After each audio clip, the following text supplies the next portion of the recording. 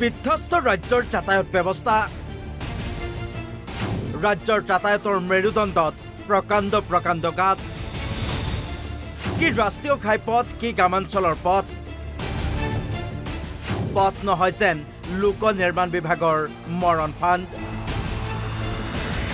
প্ৰথমে চাই লওক কেইটামান বিশেষ দৃশ্য এয়া বিকশিত অসমৰ সুচল যাতায়াতৰ ব্যৱস্থা দৃশ্য নং 1 এই দৃশ্য চিপাঝাৰৰ 1 নং চেঙাপাৰাৰ পথৰ দুৰৱস্থাৰ বাবে গাঁওখনলৈ নাযায় এম্বুলেন্স যাৰ বাবে ঠেলাৰে ৰোগীক নিবলগীয়া হৈছে চিকিৎসালয়লৈ দৃশ্য নং 2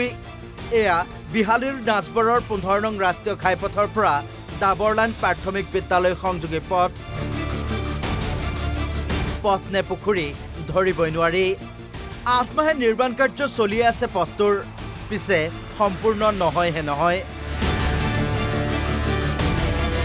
প্ৰব্লেমটো বহুত হৈছে এতিয়া আমাক বিশেষকৈ ৰাস্তাটোৰ কাৰণে আমাৰ বহুত অসুবিধাত পৰিছোঁ আমি বিশেষকৈ আমাৰ স্কুলীয়া ল'ৰা ছোৱালীখিনিৰ কাৰণে আমাৰ ইমান প্ৰব্লেম হৈছে আৰু বিশেষকৈ বেমাৰী এটা নিব লাগিলে আমি সময়ত গাড়ীও নাপাওঁ ৰাস্তাৰ কাৰণে গাড়ী নাহে সেয়া আমি মহোদয়ক জনাওঁ যে আমাক অতি শীঘ্ৰে এই ৰাস্তাটো ৰিপেয়াৰ কৰি দিয়ে যে ভাল কৰি দিয়ে যেন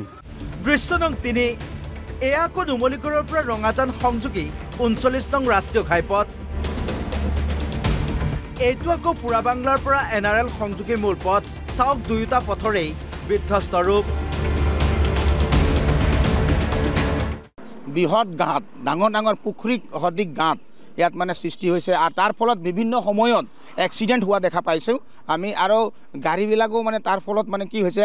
এই কিছুমানৰ মানে ৰিং বেকা হৈও মানে এই মেকানিকত দিবলগীয়া দেখি পাইছোঁ কিহৰ কাৰণে সেই গাঁতৰ কাৰণে গতিকে এই গাঁতবিলাক কিয় সৃষ্টি হৈছে বাৰম্বাৰ এই ৰিচেণ্টলি পুতিছিলে আমি নিউজ কৰিছিলোঁ সংবাদ মাধ্যমত প্ৰচাৰ হোৱাৰ পিছত আকৌ পুতিলে আকৌ এই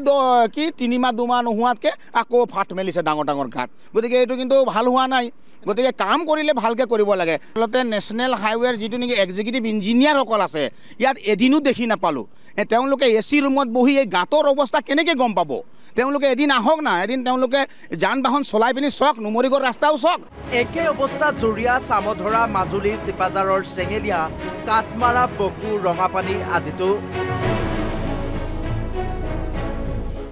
খৰালি শুই বহি থকা লোক নিৰ্মাণ বিভাগে বাৰিষা এতিয়া কি ব্যৱস্থা লয় সেয়াহে লক্ষণীয় হ'ব ব্যুৰোৰ সহযোগত news x report NB news